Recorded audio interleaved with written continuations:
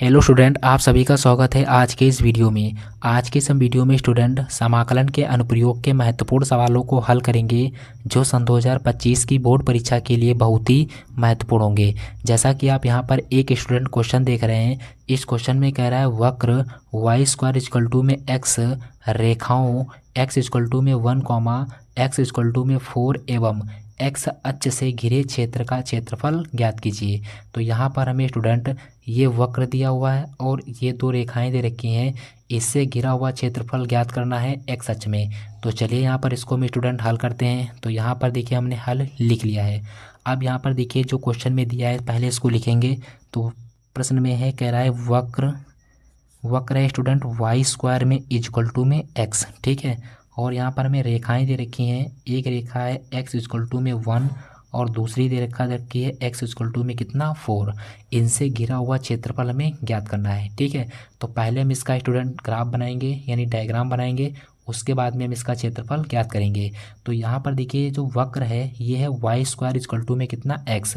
तो ये जो समीकरण दिया है ये एक परवलय का समीकरण है। आपने कक्षा 11 की मैथ में सीखा होगा कि जो परवलय होता था उसका जो समीकरण होता था मानक समीकरण, वो उसके 4 समीकरण होते थे। जो धन दिशा पर होता था एक्स अक्ष पे वो होता था वाई स्क्वायर इक्वल टू में कितना 4ax, ठीक है। तो यहाँ पर देखिए हमें उसी प्रकार का समीकरण दिया है वाई स्क्वायर इक्वल टू में कितना एक्स, ठीक है। तो यहाँ पर जो इसका ग्राफ बनेगा वो एक्स अक्ष की धनात्मक दिशा में उसका मुंह खुला होगा। किस प्रकार से देखिए, तो चलिए यहाँ पर हम इसको बनाते हैं पहले। तो ये देखिए क्या हो गया, ये हो गया वाई अक्ष, ठीक है।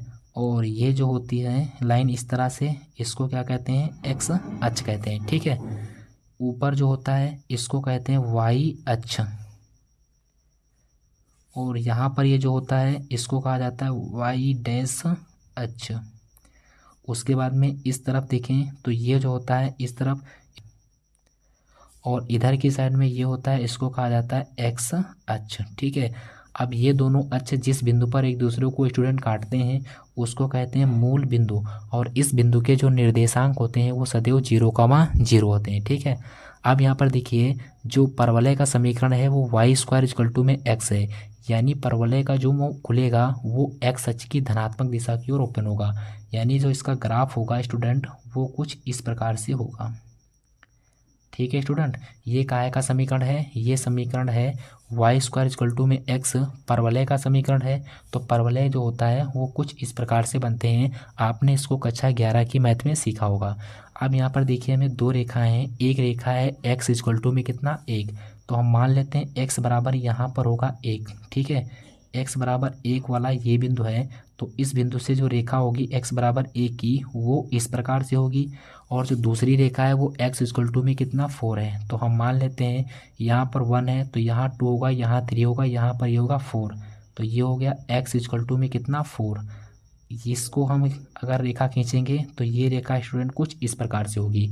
तो ये देखिए वक्र हो गया किसका, ये वक्र है वाई स्क्वायर इक्वल टू में किसका, एक्स का।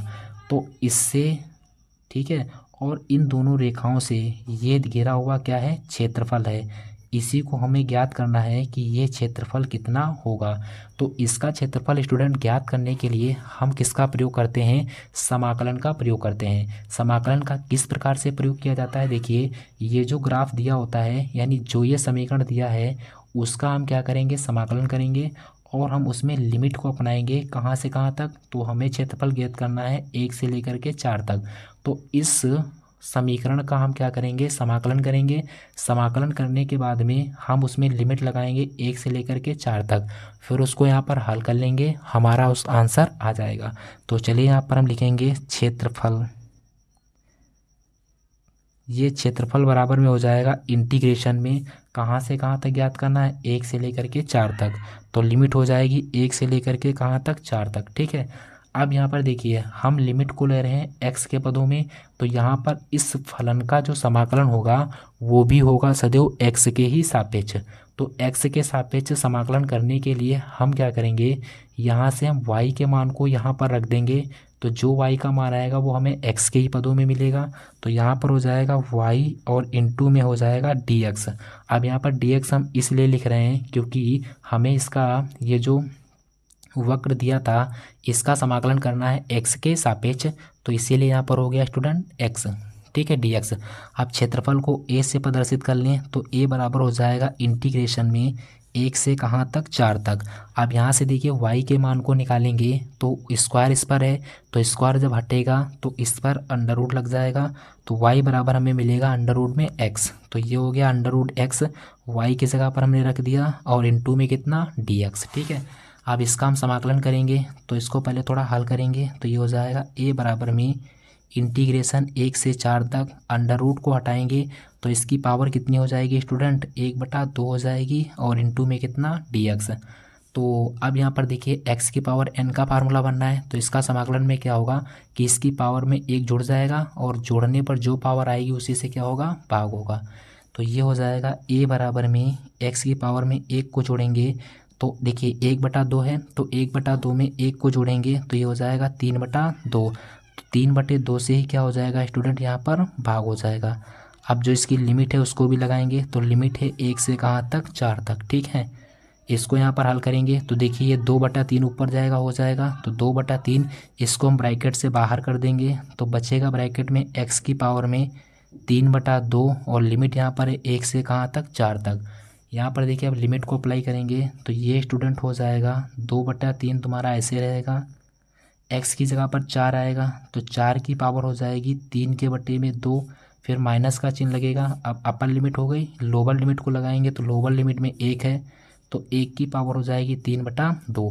तो यहाँ पर हमने इसमें लिमिट को भी लगा दिया है।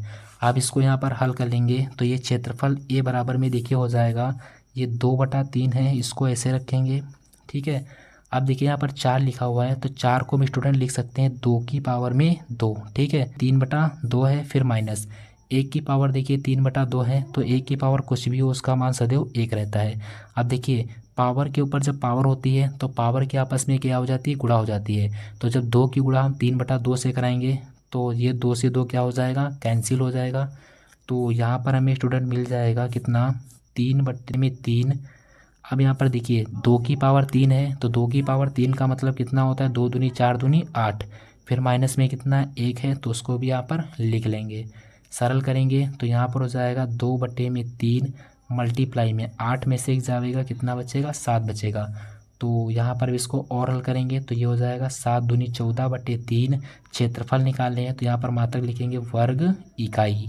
यही स्टूडेंट क्या हो जाएगा, इस प्रश्न का बिल्कुल करेक्ट आंसर हो गया। तो उम्मीद करते हैं कि स्टूडेंट आपको ये क्वेश्चन समझ में आ गया होगा। इसके बाद देखते हैं एक और अगला इंपॉर्टेंट क्वेश्चन। बाद यहाँ पर देखिए स्टूडेंट अगला क्वेश्चन है, प्रथम चतुर्थांश में वक्र y² इक्वल टू में 9x, x इक्वल टू में 2, x इक्वल टू में 4 एवं x अक्ष से घिरे क्षेत्र का क्षेत्रफल ज्ञात कीजिए। तो यहाँ पर हमें इसमें क्षेत्रफल ज्ञात करना है। तो ये भी क्वेश्चन जो स्टूडेंट है ये पहले जैसा है सेम, तो चलिए इसको भी यहाँ पर हल करेंगे। तो यहाँ पर हम लिखेंगे हल। ठीक है, अब यहाँ पर देखिए जो वक्र दिया है उसको पहले लिख लेते हैं तो ये हो जाएगा, वक्र क्या दिया था स्टूडेंट, y² इक्वल टू में कितना, 9x। तो वक्र था y² इक्वल टू में 9x, इसको यहाँ पर लिख लिया है और कॉमा में दिया था x इक्वल टू में 2 और है x इक्वल टू में कितना, 4। इससे हमें घिरा हुआ क्षेत्रफल ज्ञात करना है प्रथम चतुर्थांश में।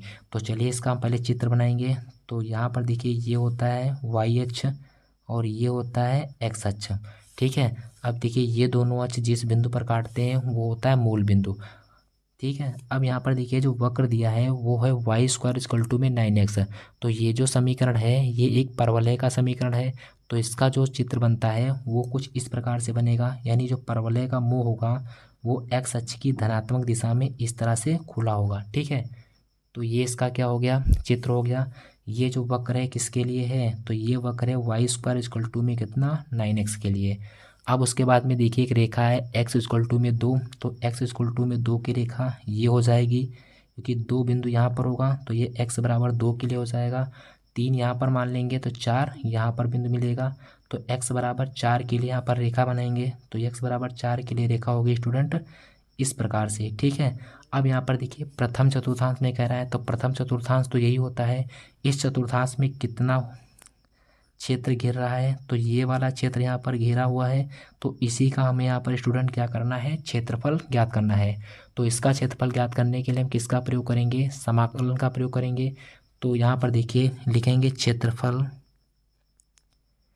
ये जो क्षेत्रफल हो जाएगा ये बराबर हो जाएगा इंटीग्रेशन। अब हमें क्षेत्रफल कहाँ से कहाँ तक ज्ञात करना है, तो x बराबर 2 से x बराबर 4 तक ज्ञात करना है। तो इसकी जो लिमिट हो जाएगी वो 2 से कहाँ तक हो जाएगी, 4 तक हो जाएगी। अब यहाँ पर देखिए लिमिट जो है वो x के पदों में है, तो यहाँ से हम फलन को भी x के पदों में निकाल कर यहाँ पर रखेंगे और उसका हम x के सापेक्ष समाकलन कर देंगे और हल कर लेंगे, हमारा उत्तर आ जाएगा। तो यहाँ पर देखिए x के पदों में मान निकालने का मतलब है यहाँ से हम y के मान को निकालेंगे तो y हो जाएगा और इनटू में dx का मतलब यहाँ पर ये हुआ कि हम जो फलन रखेंगे उसका हम x के सापेक्ष समाकलन करेंगे। ठीक है, तो क्षेत्रफल ये हो जाएगा a बराबर में इंटीग्रेशन, लिमिट दे रखी है 2 से 4 तक।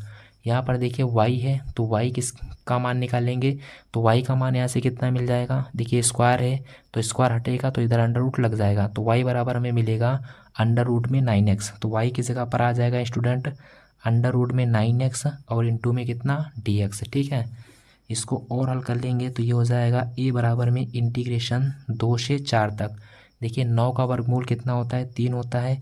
x का वर्गमूल नहीं मिलेगा तो इसको हम अंडर रूट के अंदर ही रखेंगे, तो ये हो गया अंडर रूट x और इनटू में कितना dx। ठीक है, अब यहाँ पर देखिए ये 3 कांस्टेंट है तो ये इंटीग्रेशन से आगे आ जाएगा, तो a बराबर हो जाएगा 3 इंटीग्रेशन 2 से 4 तक। अंडर रूट में देखिए x है तो अंडर रूट को हटाएंगे तो x की पावर हो जाएगी 1/2 और इनटू में कितना dx। ठीक है, हो जाएगा स्टूडेंट a बराबर में इंटीग्रेशन 3 आगे उसको लिख लेंगे 2 से, तो इसका समाकलन देखिए कितना है, x की पावर में यहाँ पर 1/2 था इनटू में dx था। तो इसका समाकलन करने के लिए हम फार्मूला अप्लाई करेंगे x की पावर n का। तो इसका जो समाकलन होता है वो पावर में देखिए एक जुड़ता है और उसी पावर में क्या होता है, भाग हो जाता है। तो ये हो जाएगा a बराबर में 3 समाकलन करेंगे तो x की पावर में 1 जुड़ेगा, तो 1/2 में जब 1 को जोड़ेंगे तो ये हो जाएगा 3 बटे में कितना 2, और 3/2 से ही क्या हो जाएगा, भाग हो जाएगा। इसकी लिमिट जो है स्टूडेंट वो है 2 से 4 तक। ठीक है, तो यहाँ पर हमने लिमिट लगा दी 2 से 4 तक। अब इसको हम हल कर लेंगे तो ये देखिए हो जाएगा यहाँ पर 3 लिखा हो, इसको ऐसे रहने दें मल्टीप्लाई, यहाँ पर देखिए 3/2 है, जब इसको हल करेंगे तो ये 2 ऊपर पहुँच जाएगा, तो ये 2 ऊपर आ जाएगा और बटे में 3 हो जाएगा। ये अचर पद था तो ये ब्रैकेट के बाहर चला जाएगा। ठीक है, अब यहाँ पर देखिए x की पावर 3/2 बची है, तो यहाँ पर हम लिमिट को अप्लाई करेंगे तो x की जगह पर 4 आ जाएगा और पावर इसकी हो जाएगी 3/2। फिर माइनस चिन्ह लगा करके लोअर लिमिट लगाएंगे तो x की जगह पर हो जाएगा 2 और उसकी पावर हो जाएगी 3/2। इतनी बात को यहाँ पर आप स्टूडेंट समझ गए होंगे। तो ये हो जाएगा a बराबर में देखिए 3 से 3 कट जाएगा तो यहाँ पर 2 बचेगा। यहाँ पर देखिए 4 की पावर 3/2 है तो 4 को हम लिख सकते हैं 2 की पावर 2 और उसकी भी पावर यहाँ पर स्टूडेंट कितनी है, 3/2 है। फिर माइनस में देखिए 2 की पावर 3/2 है तो 2 को हम लिख सकते हैं अंडर रूट 2 का होल स्क्वायर और उसकी भी पावर यहाँ पर स्टूडेंट कितनी है, 3/2 है। बड़ा ब्रैकेट बंद कर देंगे। ठीक है, अब देखिए पावर के ऊपर पावर होती है तो पावरों के आपस में गुणा हो जाती है, तो गुणा कराएंगे 2 की 3/2 से, तो ये 2 से 2 कट जाएगा और ये 2 से 2 यहाँ पर भी कट जाएगा। तो यहाँ पर हमें मिल जाएगा a बराबर में 2 ब्रैकेट में देखिए 2 की पावर 3 बचेगी, तो 2 की पावर 3 का मतलब होता है 2 दूनी 4 दूनी 8, माइनस में यहाँ पर देखिए कितना बचेगा अंडर रूट 2 की पावर में 3, तो अंडर रूट 2 की पावर 3 का मतलब होता है 2 अंडर रूट में 2। यहाँ पर देखिए और इसको हल करना चाहो तो 2 से इसमें मल्टीप्लाई करा देंगे तो a बराबर में हो जाएगा 2 अट्ठी 16, माइनस में फिर कितना हो जाएगा 2 दूनी 4 अंडर रूट 2 वर्ग इकाई। यही स्टूडेंट क्या हो जाएगा, इसका बिल्कुल करेक्ट आंसर हो जाएगा। तो उम्मीद करते होंगे आपको ये क्वेश्चन समझ में आया होगा। इसके बाद देखते हैं एक और इम्पॉर्टेंट क्वेश्चन। उसके बाद यहाँ पर देखिए अगला क्वेश्चन है, प्रथम चतुर्थांश में x² में 4y, y में 2, y में 4 एवं y अक्ष से घिरे क्षेत्र का क्षेत्रफल ज्ञात कीजिए। तो चलिए यहाँ पर भी इसको हल करेंगे, तो यहाँ पर हम लिख लेंगे हल। अब यहाँ पर देखिए वक्र में दिया हुआ है x² में 4y, कॉमा में दिया है y में कितना है 2 है, तो पहले हम 2 लिख लेंगे। ठीक है, फिर कॉमा में दिया y में कितना 4, तो यहाँ पर देखिए ये जो है वक्र है x² में 4y है, तो ये भी एक काहे का समीकरण है, परवलय का समीकरण है। तो अब किन से देखिए जो परवलय बनेगा वो 4y, 4y यहाँ पर दिया है तो y अक्ष पर धनात्मक दिशा में बनेगा। चलिए इसको पहले हम समझ लेते हैं चित्र के जरिए से। तो यहाँ पर देखिए ये हो गया y अक्ष और ये होता है x अक्ष, ठीक है। तो यहाँ पर देखिए एक्स स्क्वायर इक्वल टू में 4y है, तो इसका जो परवलय है, इसका जो चित्र बनेगा वो y अक्ष पर प्लस की दिशा में इस प्रकार से बनेगा। ये हो गया स्टूडेंट किसका ग्राफ, तो ये है एक्स स्क्वायर इक्वल टू में 4y का, ठीक है। अब यहाँ पर देखिए लिया था, अब देखिए y के पदों में लाइन है तो y बराबर 2 के लिए लाइन ये हो गई और y बराबर 4 के लिए लाइन ये हो गई। प्रथम चतुर्थांश में कह रहा था तो इससे घिरा हुआ हमें ये क्षेत्रफल ज्ञात करना है। तो इसका क्षेत्रफल ज्ञात करने के लिए हम समाकलन का प्रयोग करेंगे उसी प्रकार। तो ये है y बराबर में 2 और ये है y बराबर में कितना 4। तो चलिए यहाँ पर देखिए सबसे पहले लिखेंगे यहाँ पर क्षेत्रफल, ठीक है। आप देखिए क्षेत्रफल जो हो जाएगा वो हो जाएगा इंटीग्रेशन में कहाँ से कहाँ तक करना है 2 से 4 तक, तो लिमिट हो जाएगी इसकी 2 से 4 तक। अब यहाँ पर देखिए लिमिट को हम किसके पदों में ले रहे हैं, y के पदों में ले रहे हैं, तो यहाँ से हम फाई के पदों में निकालेंगे और उसका हम समाकलन कर देंगे और हमें आंसर मिल जाएगा। तो y के पदों में निकालने के लिए यहाँ पर देखिए कितना है x square equal to 4y है, तो स्क्वायर इधर से हटाएंगे तो हमें x बराबर मिलेगा y के पदों में अंडर रूट में 4y। तो डायरेक्ट यहाँ पर लिख देंगे अंडर रूट में 4y और इंटू में इसका समाकलन करेंगे अब किन से y के सापेक्ष। इस बात को आप समझ गए होंगे, यहाँ पर हमने डायरेक्टली कर दिया है क्योंकि अपकिन से लिमिट जो थी वो y के पदों में थी, तो यहाँ पर हमने फलन को भी y के पदों में लिखा है और y के हिसाब से यहाँ पर हम समाकलन भी करेंगे। तो ये हो जाएगा a बराबर में, इसको हल कर लेंगे, देखिए हो जाएगा इंटीग्रेशन में 2 से 4। अब देखिए 2 4 का वर्गमूल 2 हो जाएगा, y का वर्गमूल अंडर रूट वाई ही रहेगा और इंटू में कितना डी वाई। ये देखिए इंटीग्रेशन से आगे चला जाएगा तो ए बराबर में हो जाएगा 2 इंटीग्रेशन 2 से 4 वाई को इस अंडर रूट में वाई है तो इसको हम लिख सकते हैं वाई की पावर में 1/2 और इंटू में कितना डी वाई। अब यहाँ पर देखिए इसका हम समाकलन करेंगे तो ये हो जाएगा ए बराबर में 2, पावर में 1 जुड़ जाएगा तो पावर हो जाएगी 3/2 और पावर से ही भाग हो जाएगा तो यहाँ पर 3/2 से भाग हो जाएगा। लिमिट है इसकी 2 से कहाँ तक 4 तक। इसको यहाँ पर देखिए हल करेंगे तो ये हो जाएगा ए बराबर में 2, देखिए 2/3 ये 2 पर पहुँच जाएगा तो 2 और बट्टे में 3 आ जाएगा तो 2/3 यहाँ पर लिख लिया है। अब यहाँ पर देखिए पहले अपर लिमिट को लगाएंगे तो 4 की जगह वाई की जगह पर 4 आएगा, लिमिट है यहाँ पर 3/2 फिर माइनस लोअर लिमिट लगाएंगे तो y की जगह पर 2 आएगा, पावर है इसकी 3/2। इस बात को यहाँ पर आप समझ गए होंगे। अब देखिए ये हो जाएगा a बराबर में 2 दूनी 4 बट्टे में कितना 3। यहाँ पर देखिए हल करेंगे तो इसको ले सकते हैं 2 की पावर में 3/2 है माइनस, इसको ले सकते हैं अंडर रूट 2 की पावर में 2, उसकी भी पावर यहाँ पर दे रखी है कितनी 3/2, ठीक है। अब देखिए ये 2 से 2 कट जाएगा, ये 2 से 2 कट जाएगा तो a बराबर में आएगा 4 के बटे में 3, 2 की पावर 3 का मतलब होता है 8 माइनस में अंडर रूट 2 की पावर 3 का मतलब होता है 2 अंडर रूट में कितना 2, ठीक है। यहाँ पर देखिए अब इसको यहाँ पर हल नहीं कर सकते तो इतना ही छोड़ देंगे, डायरेक्ट लिख देंगे यहाँ पर वर्ग इकाई, यही इसका क्या हो जाएगा स्टूडेंट आंसर हो जाएगा। तो उम्मीद करते हो कि स्टूडेंट आपको ये क्वेश्चन समझ में आ गया होगा। अगर वीडियो पसंद आई हो तो चैनल को सब्सक्राइब लाइक अवश्य करें। इसके बाद और इम्पोर्टेंट क्वेश्चनों को हल करेंगे। जय हिंद जय Bharat, thank you, all the best.